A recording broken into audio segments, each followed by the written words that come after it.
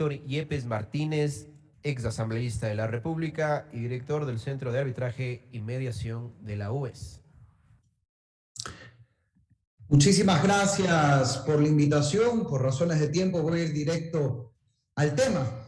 Primero, soy sincero, yo no estoy de acuerdo con la sentencia de la Corte Constitucional que ha ordenado a la Asamblea tramitar este proyecto de ley que hoy se debate. Sin embargo, yo hoy no vengo a exponer mi opinión personal sobre el tema, sino a confrontar el proyecto actual con la sentencia que dictó la Corte. Y anticipo una conclusión: este proyecto desacata abiertamente lo ordenado en la sentencia constitucional. En primer lugar, el proyecto inventa que el aborto sería, cito, un derecho humano fundamental en su artículo 7, literal C, y lo dice desde su título y a lo largo de todo el texto. Sin embargo, la propia Corte Constitucional aclaró en los párrafos 110 y 193 de la sentencia que el fallo no afirma que el aborto sea un derecho. Lo que busca es cuestionar la sanción de cárcel a la mujer violada, ni más ni menos. Obviamente, como la vida desde la concepción sigue estando, les guste o no a algunos, protegida en el artículo 45 de la Constitución y en el artículo 4 de la Convención Americana sobre Derechos Humanos, el aborto podrá en algunos casos no estar penado, como ha resuelto la Corte, pero jamás puede convertirse en un derecho fundamental. En segundo lugar, la Corte ordenó que la Asamblea fije requisitos, cito textualmente, como denuncia penal, examen médico o declaración jurada, mismas que deberán ser apropiadamente reguladas por el legislador. Así lo dijo la Corte en el párrafo 194, literal A de la sentencia. Lo único, eso sí, que no se puede exigir es una sentencia penal, porque obviamente un juicio penal en el Ecuador demora más que un embarazo. Sin embargo, en el artículo 34 de este proyecto de ley se prohíbe que el personal de salud exija ni una declaración jurada, ni un examen médico, ni una denuncia penal. O sea, el artículo 34 se va directamente en contra de lo ordenado de manera textual por la Corte Constitucional. Primero, eso es un desacato abierto. Segundo, es una barbaridad. Beneficiaría en muchos casos al propio violador y se abriría la puerta a otros casos. Déjenme poner un ejemplo sencillo.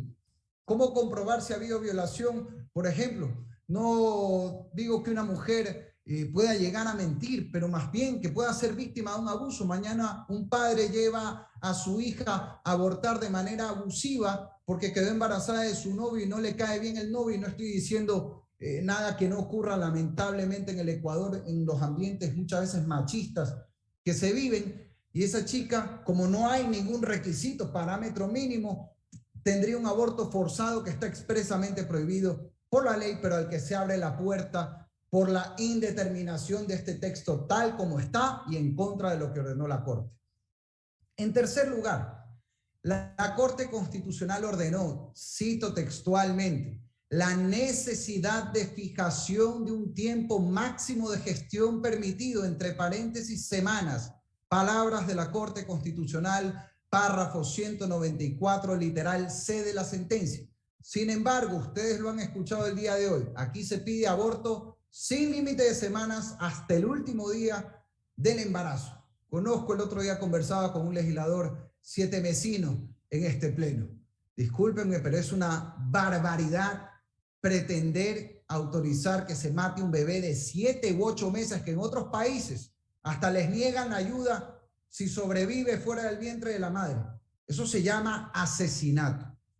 En cuarto lugar, la Corte ordenó permitir el aborto por violación, no penarlo, pero aquí se busca imponerlo y promocionarlo. ¿Imponerlo por qué? Porque se limita la objeción de conciencia en ciertos casos. Por ejemplo, se impide en este proyecto la objeción institucional mañana de una clínica privada que decía no dar ese servicio. Se obliga al médico objetor a asegurarse de que otro médico sí practique el aborto y se lo responsabiliza. Y ojo, incluso se ponen multas en este proyecto contra los médicos de hasta $8,000, 20 salarios básicos. Además, se impone en el artículo 34 el aborto incluso contra la voluntad de una menor de 14 años. Dice que cuando la mujer, en este caso una niña, sea menor de 14 años, ni siquiera se necesita su solicitud verbal. Artículo 34 del proyecto. Si no hay solicitud, entonces el aborto se hace a la fuerza. Y digo además que se busca promocionar, porque aunque algunos ahora lo niegan, en el artículo 54, literal D de este proyecto, se obliga al Estado, cito textualmente, a articular las acciones de promoción del derecho de interrupción del embarazo. No se puede promover matar a seres humanos por nacer. Por último, estimados asambleístas, es lamentable ver cómo se manipula la tragedia de la violación, que por supuesto a todos nos conmueve, para avanzar en agendas ideológicas y abrir la puerta a otros casos, como en la disposición reformatoria novena, al final de este proyecto, como para que nadie se dé cuenta, donde ponen también las causales de estupro, incesto o inseminación no consentida, pese a que la Corte Constitucional, cuando le plantearon estos casos, dijo que no necesariamente había una inconstitucionalidad en estas causales, párrafo 189 de la sentencia. Y también en el proyecto pues se habla de personas gestantes y de personas con diversidad sexogenérica con posibilidad de gestar, sin ánimo de ofender a nadie por su orientación. Las personas que gestan se llaman mujeres y en la ley no se pueden inventar categorías diferentes que no existen en nuestro ordenamiento, ni tampoco han sido parte de la sentencia de la Corte Constitucional. Concluyo, señora presidenta, mientras hoy tratamos de superar una pandemia, mi llamado es a que nos unamos para proteger la vida de todo ser humano y, por supuesto, proteger a las mujeres con prevención de la violencia y mano dura a los violadores, de lo que no se habla en este proyecto. Y mi llamado, incluso a quienes comparten lo resuelto por la Corte Constitucional, no permitamos que se desacate una sentencia con el proyecto tal como está, ni que se manipule la tragedia de la violación para abrir la puerta al aborto sin límites y sin requisitos en el Ecuador. La vida de las niñas, de los niños por nacer en el Ecuador está hoy en sus manos. Muchas gracias.